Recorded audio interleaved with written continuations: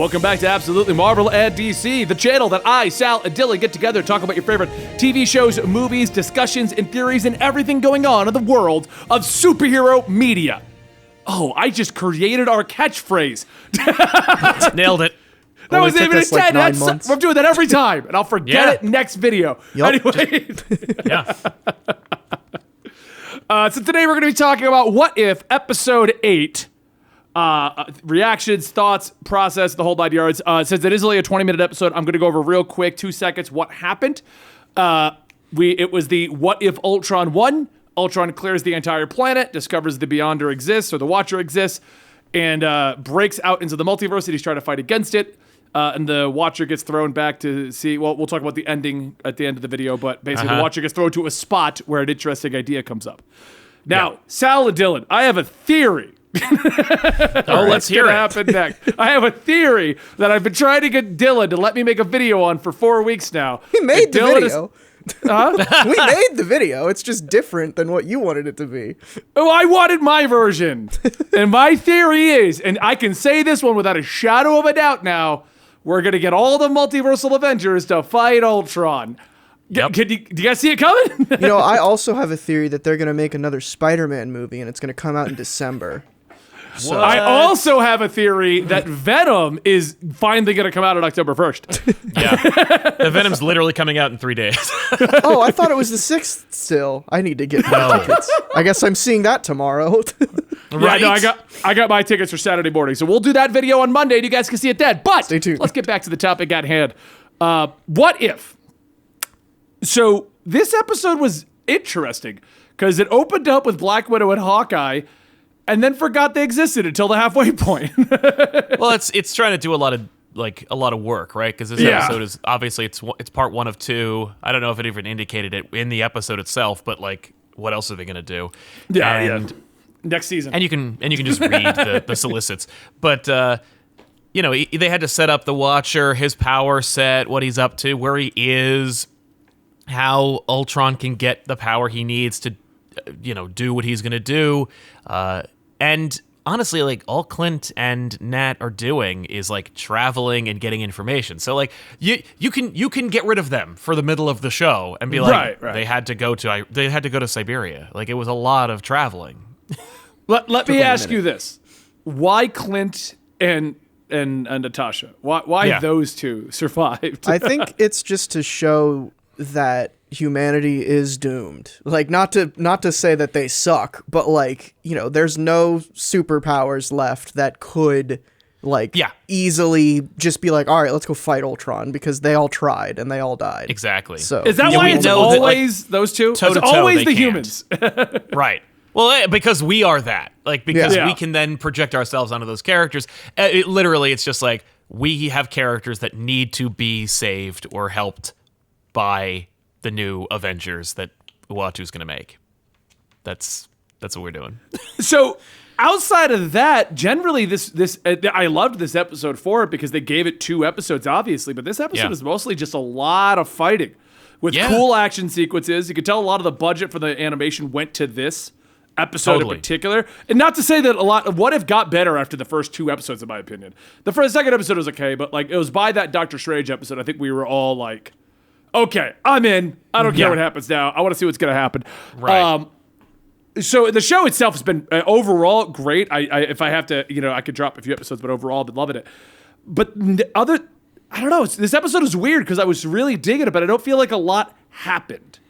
Like, we just sped through conquering of Ultron, and then he's like, I'm out. I'm in the multiverse. Yeah. I loved this episode. I thought it was awesome. Yeah. I had a blast watching it. Spectacular sequences, gorgeous, like, shots. Like, really nice shot. Well, it was what I'm where saying, the episode actually like reflected the concept art that you show at the end of the episode. That was really nice. I don't know. I had no complaints. There's only one. I've literally only one complaint. Otherwise, I enjoyed everything about it. I liked the, I like the story. I enjoy the direction. I'm looking forward to seeing where it happens. I can't guess what's going to happen outside of maybe your theory. But that's it. Like, I just dig it. I don't know. I have no complaints whatsoever. For me, this is one of those put down the phone episodes. Like, Right. normally with what ifs, I start by just browsing Twitter, like, oh, okay, cool. Oh, okay, cool. And then about that 5-minute marker, what do you, come on, not every episode of What If is that engaging. Put your phone down. You do this Well, for I a did. living. That's what I Yeah. said. I Pay put it attention. down for this episode. I did watch it on my phone, and things came in, and I was like, get out of here, get out of here. Where were you watching it on your phone? In my bed. Nice. I awoke, I checked the Discord, I saw you guys were ready to go. I'm like, well, I guess I better watch What If. And rather than like waste time getting dressed, I just watched it on my phone in my face. I did the same I'm thing. gonna watch but on everything like that TV from now on. in my bedroom. I have a TV, and I was like, Fair enough. Okay, I got a tablet I do that with, though, but I do that. I won't lie. There are times I'm laying in bed and I'm like, show. yeah, I normally don't, but this time I did, and it was just to save time, and I was like, this is really cool. I think for me, I just find this episode weird because the things I would normally complain about, lack of like a real plot outside of like the plot is there, but this is all set up for that finale. Yeah. You know, like nothing crazy out of the blue happens other than them getting Zola, but I think that was just more for jokiness. And he'll Oh, save and the how day in the he end. killed Thanos in a second. Yeah. That was I was great. actually double taked on that. I rewound. It was like I laughed and Houston was nearby. And I'm like, Sliced dude, hold on, watch this. Thanos. It was great. Yeah. I think the episode was visually really good. I'll be a little bit of a contrarian here. Okay, we need someone to hate it. Sure. I didn't hate it. I really liked this episode, but I think the buck stops with the visuals with me. Like there's I really don't like the James Spader soundboard that they got to voice Ultron. It wasn't even close. No, it was nowhere near like what that should have sounded like. He started to sound. What is James Spader doing that he couldn't do the voice? Yeah, exactly. And also, look that like, up. I'm curious they now. have Paul Bettany for this. I don't think anyone would have complained if. They If he just sounded like that? Yeah, it really Yeah. doesn't make sense that he doesn't sound like that because Vision He's is in like an Vision's body. organic being. Like, I get guess that they because he's, uploaded like- Jarvis, but I don't know. Maybe because he's such an egotist that he needs his own voice. Like, you know, Yeah. he's modeled too much after Tony. I don't know. I was actually rewatching some scenes from Age of Ultron on the way over here. By the way, love that this episode actually is Age of Ultron. yeah, true. Yeah, but you know, if the Avengers weren't in the way, Well, yeah. Well, they're not for most of that horrible book. But It's just Wolverine. yeah, exactly. Ugh. But don't you love not how they the Wolverine. concluded it with 3 Wolverines killing each other? It was ridiculous. that so dumb. But as far as this book is, or as far as this show, part of like 90% of the fun and the appeal of Ultron is James Spader's voice. Yes, totally. Yeah, Lost. yeah. I didn't have that many problems with the voiceover work. I really didn't. Maybe I've just gotten used to, because like even when they use the actors, like the Benedict Cumberbatch stuff at the ending, once again, it didn't sound like him to me. Like it did, but it didn't. And maybe I've just gotten used to they're not going to sound like their movie versions.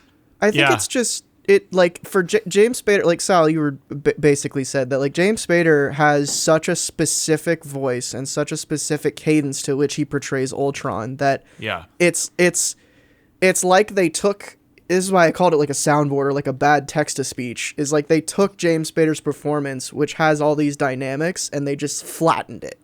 Yeah. And Yeah. that's just Yeah, you they know, normalize. Like, no. right, exactly. It's like he doesn't go far enough with it. Yeah, He no. hasn't done anything since Age of Ultron, and he's 61 years old. So I have a feeling What? he's like pseudo retired at this point. I That's think really weird That might because be he's why. great. I Yeah. think so. I know that they recorded most of this on set during filming other movies.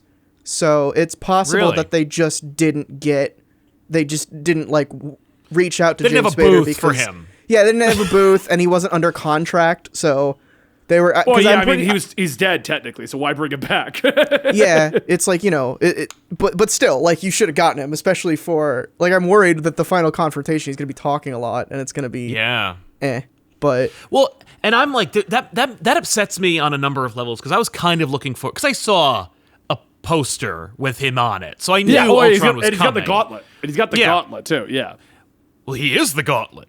Well, yeah, but in the poster, he's wearing the gauntlet. Oh, is he Wasn't really? Could have sworn he was wearing it in the Well, poster. Either way, I knew he was in it, and I assumed it was going to be Paul Bettany, and it was like, give Paul Bettany another opportunity to play something else. Let him just show his range. And instead, they went James Spader, and I'm like, even better. Cool. We're going to give Ultron some chance to actually be Ultron. And no. I was wrong.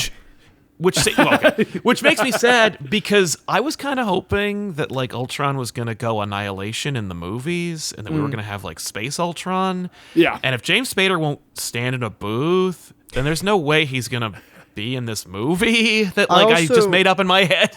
I also think that it's very possible they didn't even ask him because I'll bet they didn't. I know on Twitter, Dave Bautista said that he wasn't asked to play Drax in this, and everyone got upset. Right. But like he has like 3 lines throughout this entire show, so like why would they?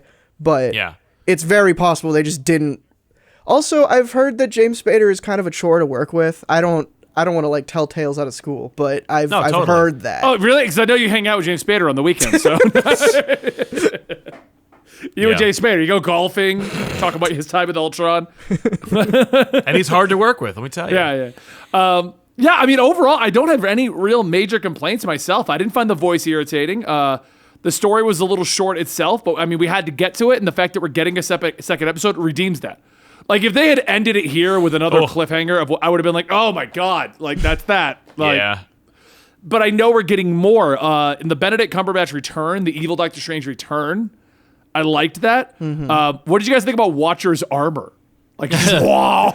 I think it's very that's, MCU. Yeah, that's the jump the shark moment for this show. And you know what? I don't care. It's fine. Right. Like, the Watcher is such like a non like who cares character that they, you know, they'll do anything with him in the comics to betray his like. Yeah, they'll kill him. They'll mount his eye on the top of another guy. They'll replace him with Nick Fury. They'll make him intervene and kill Galactus. Also, there was kind of a strange Galactus allusion. We got Galactus in this kind of. Yeah, that was messed up. I'm like, no! Yeah, it's like, whoa, hold on.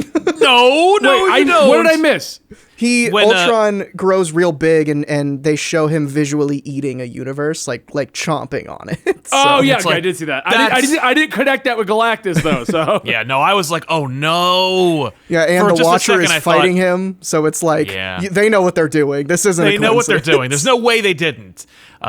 There is a Watcher who's like a jerk who wears like a red cape in the Fantastic Four who has armor. So when he armored up, I'm like, what an obvious thing to do. I am but a cosmic pawn in the game of chess, and I must, but I'm gonna get ripped and kick ass if I need to. But at the same time, there is at least an established lore of Watchers that wear armor and have power, and I'm like, all right. At this point, I was just like, whatever. He goes. I mean, you know, would Watchers, what the hell? Like, it's just funny to me to have Watcher go like, what? That's what I wanted to ask, actually, because that's the one thing I did want to bring up for this episode, and I forgot until now. We got to see so much more of a range of that actor, which I can't remember his name, but I love him in Westworld. Yes. Jeffrey Wright, yeah. I love him as an actor, but we got to see so much more of a range for him. Like, when he's watching the box, and he's like, it's right there. Yeah, come on. Just come on. Go with the box. Like, yeah, those are moments we don't normally see of the Watcher, but they're definitely happening. Where he's like, "Come on." Yeah, I love it. Should I nudge him? Should I nudge? Yeah. Should I do it? Is this when I break my sacred oath? Nope, not Man, yet. I'm glad he didn't because he would have felt like a real jackass 10 minutes later. Yep, totally. Yeah, overall, I'm excited. I thought it was a lot of fun. I can't wait to see what they're going to do with the next episode. Overall, for What If, just quick thoughts on that.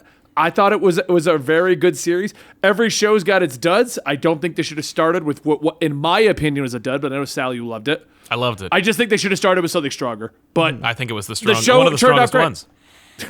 I hate you. We're not friends anymore. Oh, no. Why do you got to counter me that hard? Like, it's the Right? best episode of the entire show. I don't think it was the best, but I think it was one of them. It's actually It the was a best thing solid I've showing. ever seen, so Yeah, screw you. It's better than all of the MCU, Benny. So Yeah, fuck it's off. better than Batman the Animated Series and Gargoyles. Yep. That one Wow. episode. Everything pales in No. We should do a rewatch of Gargoyles on this channel. I would. Gargoyles is one of the best animated series of all time. I agree 100%. We'll do that. We'll do that. We'll do a binge watch of it, or we'll do Yeah. 3 episodes at a time. We'll make Dylan watch it. I don't even know what it is, so. See? Oh, this would be so good. Okay, we're gonna do that. We're doing that. Anyway, But thank you you don't for like watching. cartoons. It's true. You're watching What If. This is the What If thing. Yeah, Yeah. but it's what is I don't know what that. This is a different video. Anyway, thank you for watching today's episode of Absolutely Marvel at DC, where we get together to talk about your favorite superhero movies and TV shows in the worldwide media. I kind of got it again. I'm Benny. That's Sal. That's Dylan. And we'll see you in the next episode right here at Absolutely Marvel at DC.